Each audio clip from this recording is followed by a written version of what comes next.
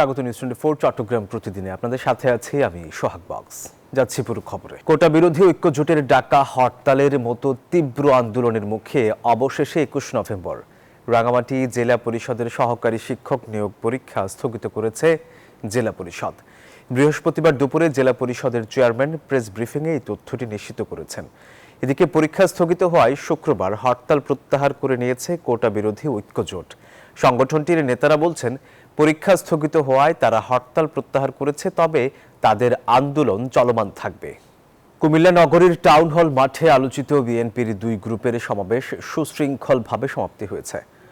বৃহস্পতিবার কুমিল্লায় মনোনয়ন বঞ্চিত হাজী আমিনুর রশিদ ইয়াসিন এবং বিএনপির মনিরুল হক চৌধুরী একই স্থানে সমাবেশের আয়োজন করেন।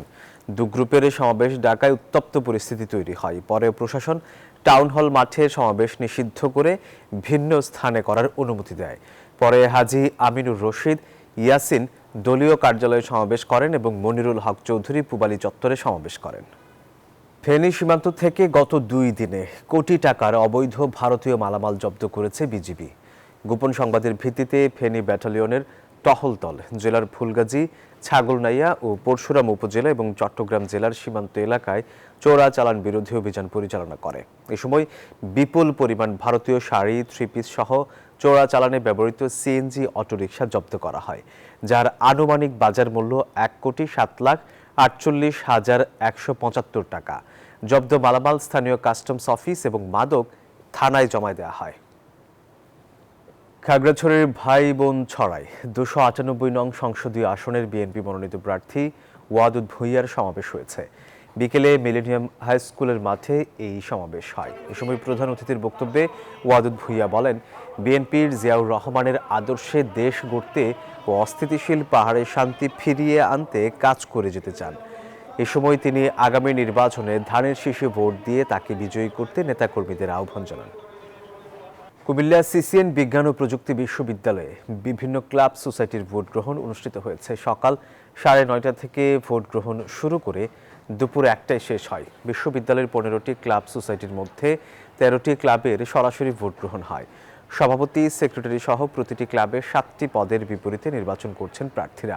বেলা 11টার দিকে ভোট গ্রহণ প্রক্রিয়া পরিদর্শন করেন বিশ্ববিদ্যালয়ের প্রতিষ্ঠাতা অধ্যাপক ডক্টর মোহাম্মদ তারিকুল ইসলাম চৌধুরী, প্রধান নির্বাচন কমিশনার অধ্যাপক সহ বিশ্ববিদ্যালয়ের হাই অফিসিয়ালগণ। বর্তমানে ভোট গণনা চলছে, ফলাফল রাতে জানানো হবে। শ্রীলঙ্কা আয়োজিত আন্তর্জাতিক ফ্লিট রিভিউতে অংশ নিতে বাংলাদেশ নৌবাহিনীর জাহাজ প্রত্যয় চট্টগ্রাম ত্যাগ করেছে। শ্রীলঙ্কা নৌবাহিনীর 75 বছর পূর্তি উপলক্ষে এই আয়োজন করা হয়েছে। ক্যাপ্টেন তৌহিদুল হক ভূঁইয়ার নেতৃত্বে জাহাজ প্রত্যয়ের 29 জন কর্মকর্তা ও মোট 150 জন নৌ সদস্য এবার আন্তর্জাতিক ফ্লিট রিভিউতে অংশ নিচ্ছেন। আগামী 27 থেকে 30 নভেম্বর কলম্বোতে অনুষ্ঠিত হবে আন্তর্জাতিক ফ্লিট রিভিউ। এটি আন্তর্জাতিক সামুদ্রিক মহাসম্মেলন, যেখানে বিশ্বের বিভিন্ন দেশের যুদ্ধ জাহাজ উচ্চ পর্যায়ের প্রতিনিধিরা অংশ নেবেন। এই সফরে বাণিজ্য প্রত্যয় প্রায় 2800 নটিক্যাল মাইল দূরত্ব অতিক্রম করবে। আমি আশা করি নিয়মিত প্রশিক্ষণের মাধ্যমে আপনারা যে দক্ষতা অর্জন করেছেন এই সফরে তার সার্থক প্রতিফলন থাকবে এবং আপনারা দেশের জন্য সুনাম এবং মর্যাদা বয়ে আনবেন। ত্রয়োদশ জাতীয় সংসদ নির্বাচনকে সামনে রেখে লক্ষ্মীপুর 3 আসনে প্রচারণা শুরু করেছেন প্রার্থী ও সমর্থকরা। দলীয় প্রতীক নিয়ে মনোনীত প্রার্থীরা ছুটছেন পাড়া মহল্লায়। এই আসনে বিএনপি মনোনীত প্রার্থী শহীদ উদ্দিন চৌধুরী অ্যানির সঙ্গে মূল প্রতিদ্বন্দ্বিতা হবে জামায়াতের প্রার্থী ডক্টর রেজাউল করিমের। আর নামে মাত্র কার্যক্রম পরিচালনা করছে ইসলামী আন্দোলন বাংলাদেশ জাতীয় পার্টি ও গণ অধিকার পরিষদ। দর্শক, লক্ষ্মীপুর 3 সদর আসন নিয়ে সাইদুল ইসলাম পাভেলের পাঠানো তথ্য ছবি নিয়ে ডেস্ক রিপোর্ট। আসন্ন ত্রয়োদশ জাতীয় সংসদ নির্বাচনকে সামনে রেখে ঢামাডোল শুরু হয়েছে লক্ষ্মীপুরেও। সদর উপজেলার 12টি ইউনিয়ন ও লক্ষ্মীপুর পৌরসভা নিয়ে গঠিত লক্ষ্মীপুর 3 সংসদীয় আসন। এই আসনে মোট ভোটার 4,42,498 জন। লক্ষ্মীপুর ৩ আসনটিতে শক্ত অবস্থানে রয়েছে বিএনপি। দলটির যুগ্ম মহাসচিব শহীদউদ্দিন চৌধুরী অ্যানি এই আসনে বিএনপির এমপি প্রার্থী। এর আগে 2001 ও 2008 সালে এই আসনে নির্বাচিত এমপি ছিলেন তিনি। আসন্ন নির্বাচনকে সামনে রেখে গণসংযোগ ও সাংগঠনিক তৎপরতা বাড়িয়ে চলেছেন তিনি। এই নির্বাচন আমাদের জন্য একটা কঠিন চ্যালেঞ্জ। গ্রামের মানুষের জন্য 31 দফার আলোকে যে কাজগুলো সবচেয়ে বেশি প্রায়োরিটি দরকার, আমরা নারীদের ক্ষেত্রে, প্রজন্মের জন্য, দেশের মানুষের জন্য, আমার এই লক্ষ্মীপুরের জন্য সেই কাজগুলোকে আমি সবচেয়ে বেশি প্রাধান্য দিব। এদিকে পিছিয়ে নেই জামাত ইসলামীও। সাংগঠনিক তৎপরতা ও প্রতিযোগিতামূলক সামাজিক কর্মকাণ্ড করছে দলটি। দীর্ঘদিনের যে হৃদ্যতা ছাত্র জীবন থেকে এত সামগ্রিকতা বিবেচনা করে দল মনে করেছে যে এলাকার উন্নয়নে আমি ভূমিকা রাখতে পারবো, আমি সেই চেষ্টা আমি করে যাচ্ছি। এদিকে ইসলামিক আন্দোলনও তাদের দলীয় প্রার্থিতা দিয়েছে এই আসনে। তবে জাতীয় পার্টি ও গণ অধিকার পরিষদ সহ অন্য দলের প্রার্থীরা অনেকটাই নীরব। ইসলাম এমন একটা ধর্ম যে দেশ এবং মানবতার কল্যাণের কাছে, মানবতা বলতে আমাদের যারা অসহায় মানুষের পাশে দাঁড়ানো আমাদের প্রধান কাজ, যারা দুর্বৃত্ত, যারা দেশের ক্ষতি করে এদের বিপক্ষে আমাদের সর্বসময় আমরা অবস্থান, সেই যেই হোক। এই আসনে ভোটারদের প্রত্যাশা মাদক, সন্ত্রাস ও চাঁদাবাজি বন্ধ ও এলাকার উন্নয়ন। নারীদের অধিকার এবং শিশুদের অধিকার নিয়ে যে প্রার্থী কাজ করবে সেরকম প্রার্থীকে জয়যুক্ত করব। এলাকার জন্য আমাদের উন্নয়ন হবে, আমরা চাই তাকে ভোট দিতে। নতুন ভোটার হয়েছি, ভোট কেন্দ্রে যাব এবং ভোটার সুষ্ঠু পরিবেশ চাই। আসন্ন ত্রয়োদশ নির্বাচন হবে অবাধ, সুষ্ঠু, নিরপেক্ষ, এমনটাই প্রত্যাশা সকলের। Desk report, news 24। নোয়াখালীর 5 আসনে বিএনপির মনোনীত প্রার্থী পরিবর্তনের দাবিতে বিক্ষোভ করেছে দলটির একাংশের নেতাকর্মীরা। বুধবার বিকেলে উপজেলা কবিরহাট সরকারি কলেজের সামনের সড়কে এই বিক্ষোভ মিছিল করে। এ সময় বক্তারা বলেন, ধানের শীষকে বিজয়ী করতে হলে অনতিবিলম্বে জামাত সম্পৃক্ত ফখরুল ইসলামের মনোনয়ন বাতিল করে যোগ্য নেতাকে মনোনয়ন দিতে হবে। এই বিষয়ে মনোনয়ন পাওয়া ফখরুল ইসলাম বলেন, গণতান্ত্রিক দেশ বিএনপি অনেক বড় দল, প্রত্যেকের মত প্রকাশের অধিকার রাখে। ব্রাহ্মণবাড়িয়ার আখাউড়ার তারেক রহমানের 61তম জন্মদিন উপলক্ষে ফ্রি মেডিকেল ক্যাম্প ও বিনামূল্যে ওষুধ বিতরণ করা হয়েছে। সকাল থেকে বেলা 2টা পর্যন্ত চলা এই ক্যাম্পে বিভিন্ন বিভাগের 21 জন বিশেষজ্ঞ চিকিৎসক সেবা প্রদান করেন। ক্যাম্পে প্রায় 2000 রোগীকে বিনামূল্যে চিকিৎসা ও পাশাপাশি প্রাথমিক ওষুধ দেওয়া হয়।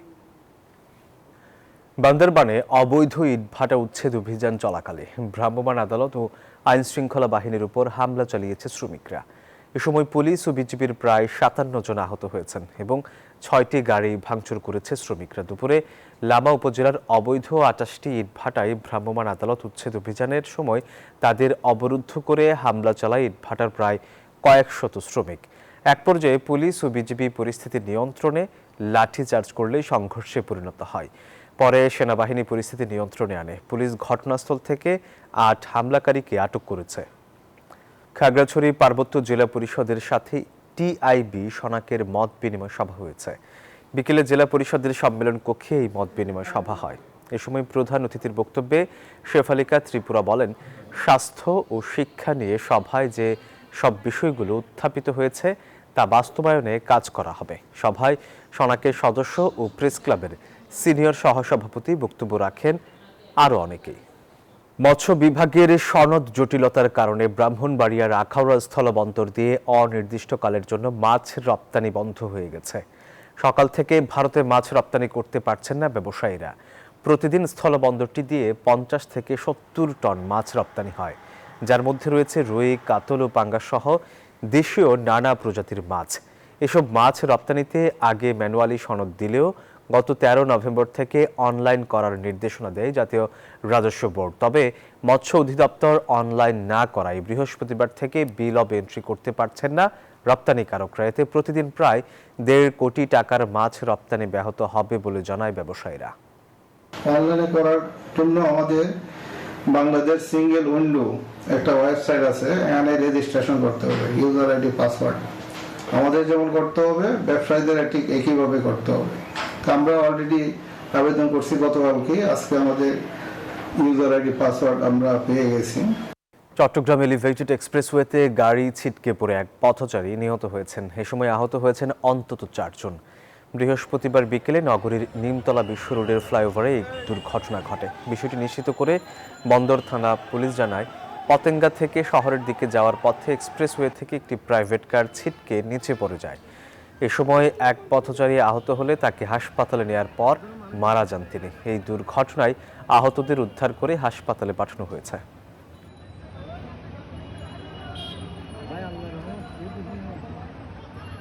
দর্শক, এই ছিল নিউজ 24 চট্টগ্রাম প্রতিদিনের সংবাদে। ধন্যবাদ সবাইকে।